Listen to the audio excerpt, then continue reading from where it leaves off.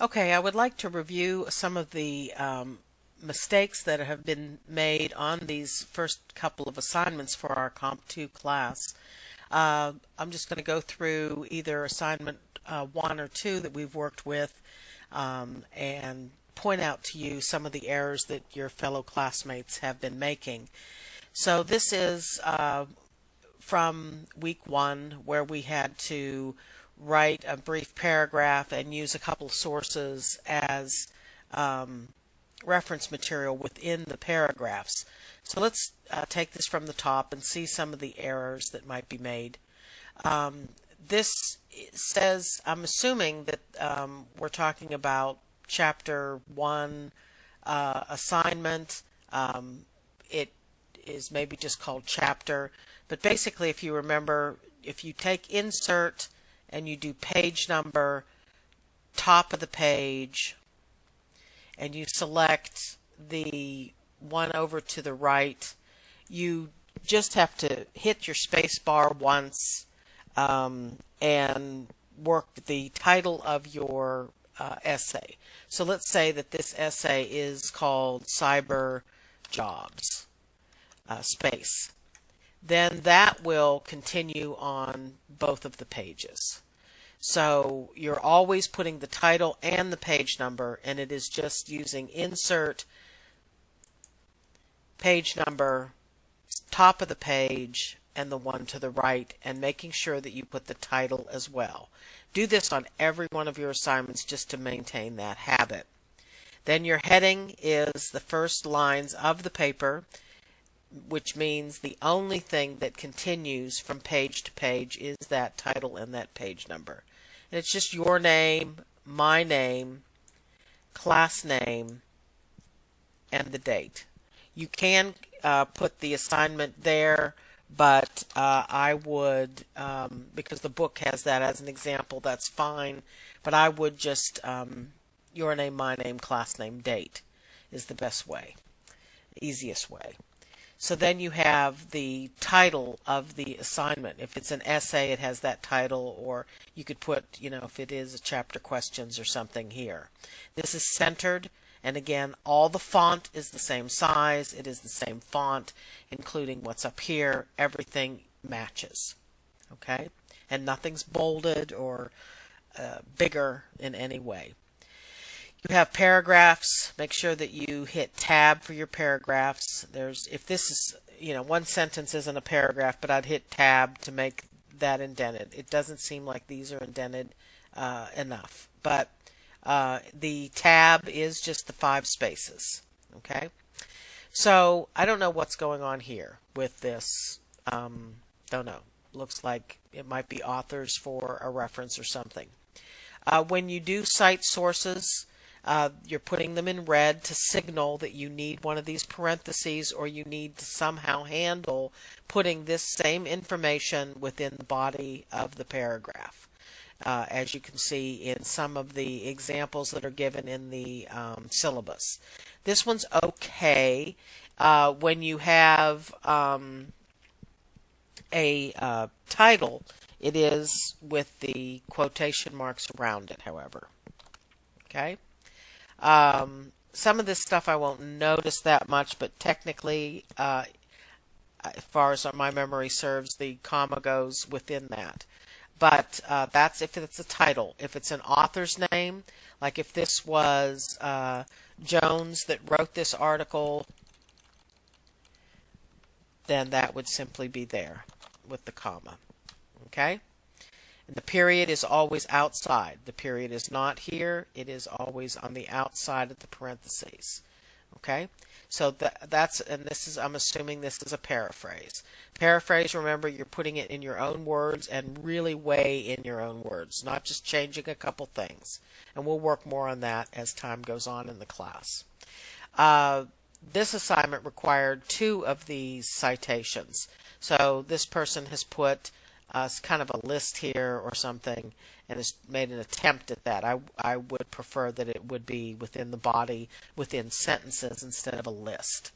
Okay? You can see that some other parts of this assignment are incorrect. You can see the font changes here.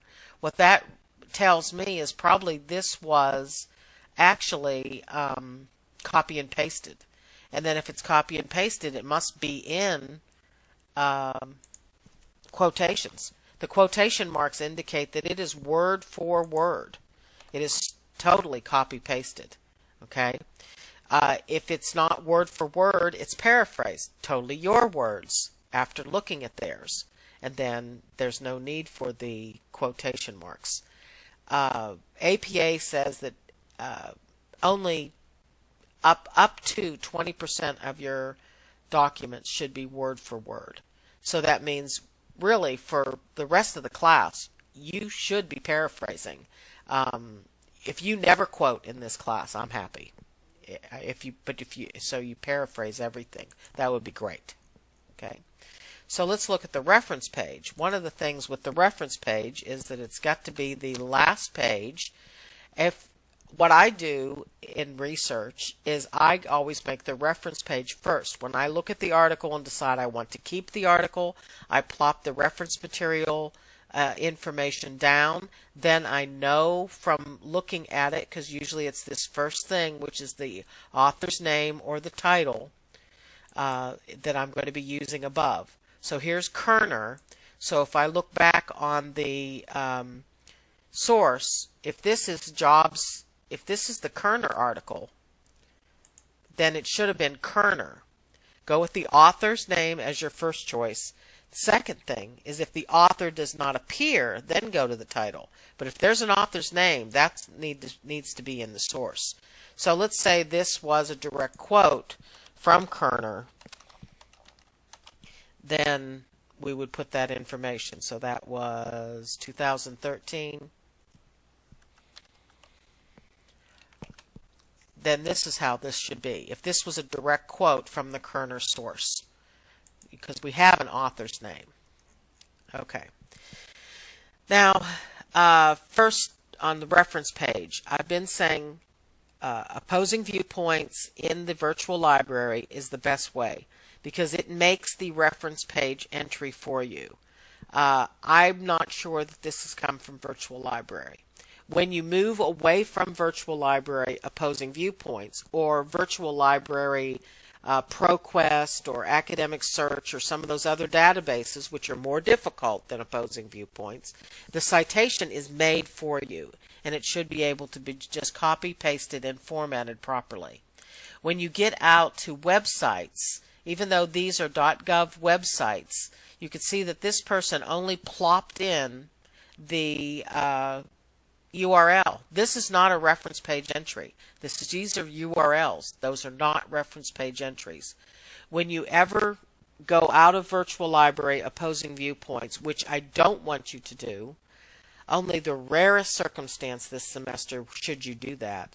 Believe me, the information you need for this course is in virtual library, probably opposing viewpoints, if not ProQuest or Academic Search. Complete. The databases in virtual library are your absolute best sources for this course. Some of you just have to Google. You just feel like you have to, that those are the best sources. The first warning with this is that you're going to run across sources that are not good. You're going to get into sources that I wouldn't ever accept, like Google searches with Buzzle and Livestrong and Procon, and all those sources are just not going to serve you. They're just not academic source material. But even if you run across and want to use ultimately in a longer paper, you venture out after getting some of your sources in virtual library, you decide you want to find a government source or something like that. These copy and pastings of URLs are not your references. You have to take material like this and run it through a place like NightSite. I'll just write that out for you, where you have to fill out the APA form for websites, completely fill out a form, submit it, and it'll create the source citation for you. There's another one called Noodle Tools. Again, you would have to pick the APA versions in those forms. So you could play with those, but again, in any of your material that you do for this class, stay in Virtual Library. Look at opposing viewpoints. You can do the whole course right there in that database. If you don't use opposing viewpoints, use ProQuest or Academic Search. Only the most rare circumstances would you use any other database in opposing viewpoints. And really, if I call for 2 or 3 sources and you've got them only from the internet, I cannot accept them, even if they're Gov sites. I would allow a Gov site or a very good news source like New York Times or Washington Post or Boston newspapers to supplement something that's from the virtual library. But if you have that available to you, you've got to use it. Like it or not, whatever your opinion is, doesn't matter. Virtual library, opposing viewpoints, or virtual library, and only the rarest circumstance, a .gov site or something like that out on the net. And then you must use one of these other things and manually create the citation. Because if I called for 2 sources in this assignment and none of them are from virtual library, then none of these count, and then none of these things above then would count either. So that's that particular student's assignment. Let's look at, let me find another one that's more paragraphy.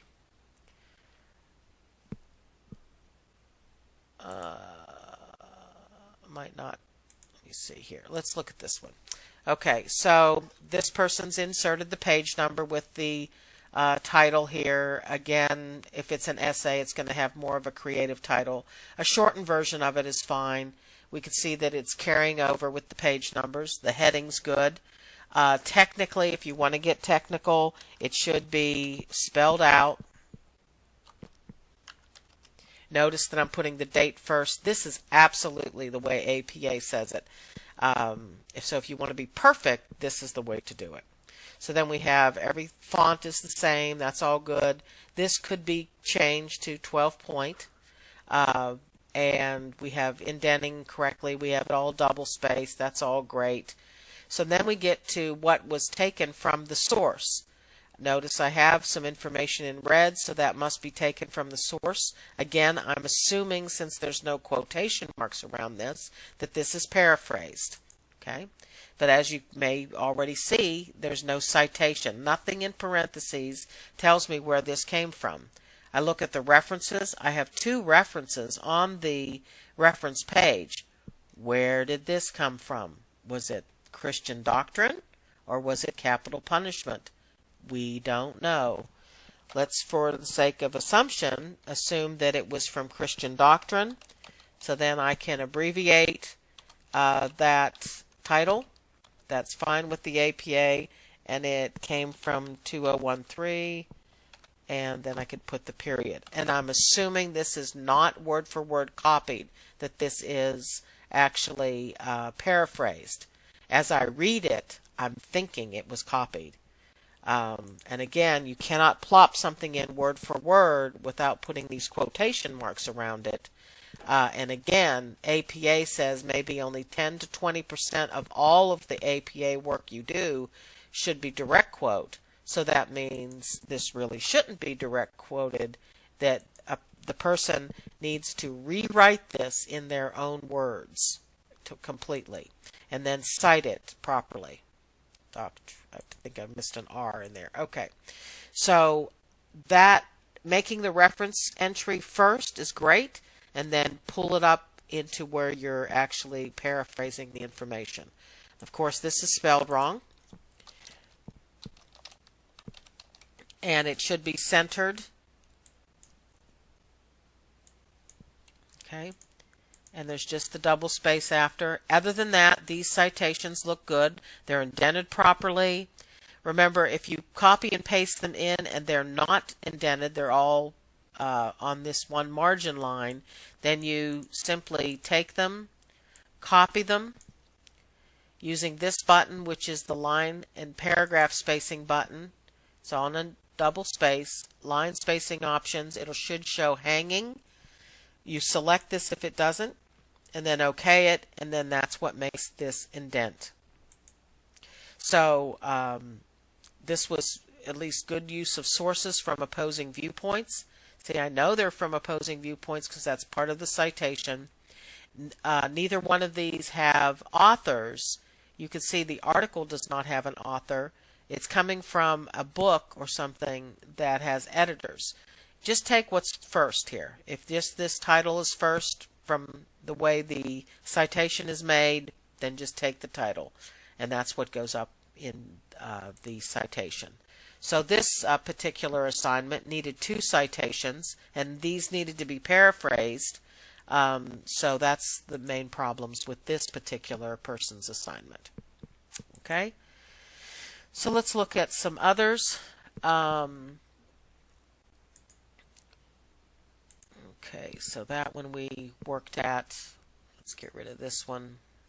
That one we worked at. So let's look at this outline. This was another assignment we had where you were to take the issue and come up with 3 main overall reasons why you are for or against the topic. So this is why it's a bad idea of becoming a vegetarian. Again, I would kind of work with this title. If this is the title of your essay or your outline, put that kind of title up in the page number. So I would just do it that way to get in the habit of that, because that's how it works with essays. And then reserve, if you have to, if you feel like you have to label it that it's an argument outline, save it as something like that, or put that extra line in the heading if that's how you want to organize your work. But stick with the idea, so up here could have been vegetarian or something shortened like that. So the idea was to brainstorm the possible outline and then to go to sources and then add in some quotes or paraphrased information that could help back up that information. So we start with the reference page. I usually am plopping the reference page information in from the virtual library. So here we have this person using opposing viewpoints well. Probably plop this in again. Had to make sure that the indentions were correct. It is references, even if there's just one. It's not works cited. Works cited is an APA thing. And then using that material up here. So I'm looking for Kim, I'm looking for Whitney, and that's what I have. And these then are correctly done. We have outlined information taken from these sources. Again, ultimately, I would like not word for word as much as paraphrased information, but these citations are wonderful. Okay, so that is basically, now somebody could write a paragraph on the health problems of vegetarianism and the animal rights issues of being a vegetarian, and making their case that it's a bad idea to become one. And they could take this information right from this outline and create a couple paragraphs, especially if they took some of this information here in red and made it paraphrased. So this all looks great with those few corrections. Okay, so here's another one trying an outline. Same thing, they've added some information in, but we could see that there's some citation problems right away. There's no quote around this article title. If this is the author's name, it's not all properly done within the parentheses correctly. We only need the last name. And there's some issues with font size. I think references is 14. It needs to be 12. And these things need to be actually formatted correctly. And it doesn't look like they're coming from a virtual library. So let's just play with this and correct this. If we highlight this again, we go to the line spacing options. We need it to say hanging. Okay, and then that puts it over there. Same thing with this one. Let's just get the entry. You have to do them one at a time. Line spacing options, hanging, okay, and then everything is double spaced, and everything should be 12. Okay, so that fixes that up a little bit. If this came from bowling, We simply need to have just bowling.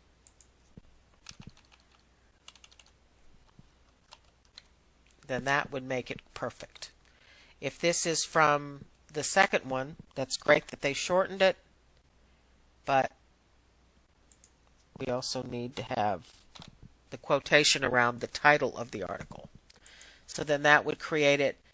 I'm not worried so much that this isn't in perfect outline form. It's obvious that this material is backing up that, and this red is some information that's backing up what was already brainstormed.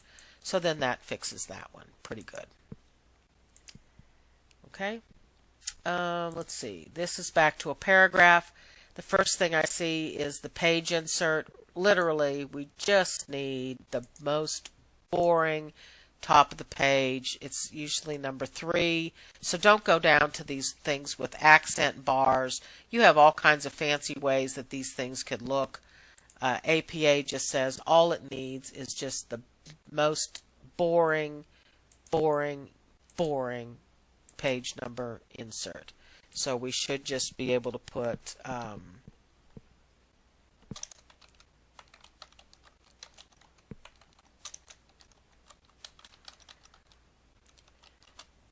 and then that would correct that. And then of course if you have this, you need to make it, I don't notice this sometimes, but it technically should be 12. Okay, so then we have the title, we have our heading. Again, you could spell this out. We're looking for the citations and where the period goes in the citation, and that these follow what's going on here. This person's used the databases. You know, they didn't use opposing viewpoints, but they've used the databases. And then this should be references, not resources. Okay, so that would correct that one. All right, and I think that should be about it. Okay, let's look at this one. We have the page number and the title. That's good. We have a heading. That's pretty good. We've got double space. Looks like everything's 12. We have some material in red, but where is this coming from? No parentheses. On this one, where is it coming from? Have no idea.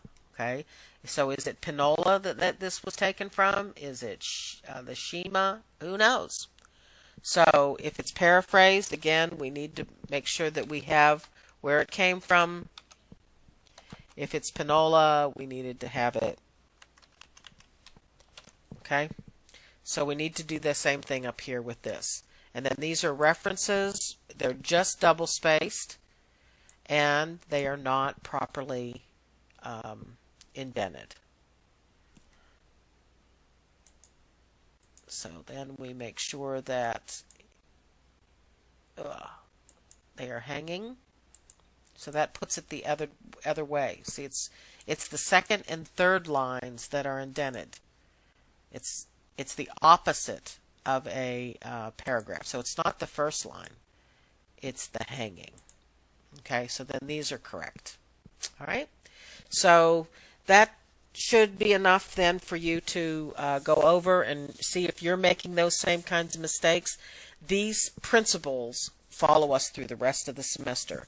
So the sooner you follow complete directions on these things, the better. And that's the page number, insert, how the heading looks, how this title looks, how everything is double spaced, how everything is 12-point font, how these references, where you're getting them from, opposing viewpoints, virtual library, how they're indented, how these things then are cited correctly like this. I didn't correct this one up here. How most of the time this stuff is nothing but paraphrased. Then these are the ways that these assignments would be correct. Okay, so thank you for your attention.